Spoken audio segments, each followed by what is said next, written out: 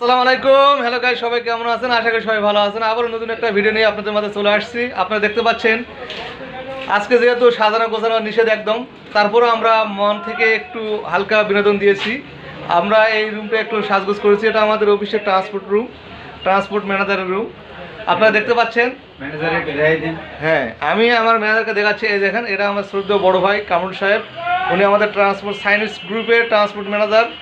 আমরা এখন ওনার রুমে আমি ধরে রাখতে পারলাম না, তারপরে একটু ভিডিও করলাম। জানি না কি হবে। আমাদের দেশনেত্রী বেগম খালেদা জিয়ার মৃত্যুতে আমরা সবাই শোকাহত। তারপরেও হ্যাপি নিউ ইয়ার উপলক্ষে মনটা হালকা পাতলা একটু বিনোদন দেওয়ার চেষ্টা করলাম। একটু দেখেন, বেশি শেয়ার করবেন। আমি আপনাকে পুরো রুমটা ঘুরে ঘুরে দেখাচ্ছি। দেখেন, অনেক সুন্দর। ভিতরে দিয়ে এত সুন্দর করে সাজাইছে, আমি তো একবারে পুরো ঠান্ডা হয়ে গেছি, মুগ্ধ হয়ে গেছি। হ্যাঁ, দেখছেন কি সুন্দর করে সাজাইছে।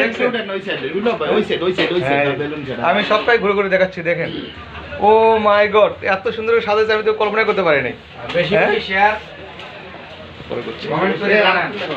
কমেন্ট করে জানান যে আমরা এত সুন্দর এই অল্প সময়ের মধ্যে যে এত সুন্দর করে ঘরটা সাজানো হবে আমি আসলেই কল্পনা করতে পারিনি। এখানে আরও একজন বড় ভাই আছে, আমাদের শ্রদ্ধেয় বড় ভাই, এই যে আমাদের কলিগ উনি।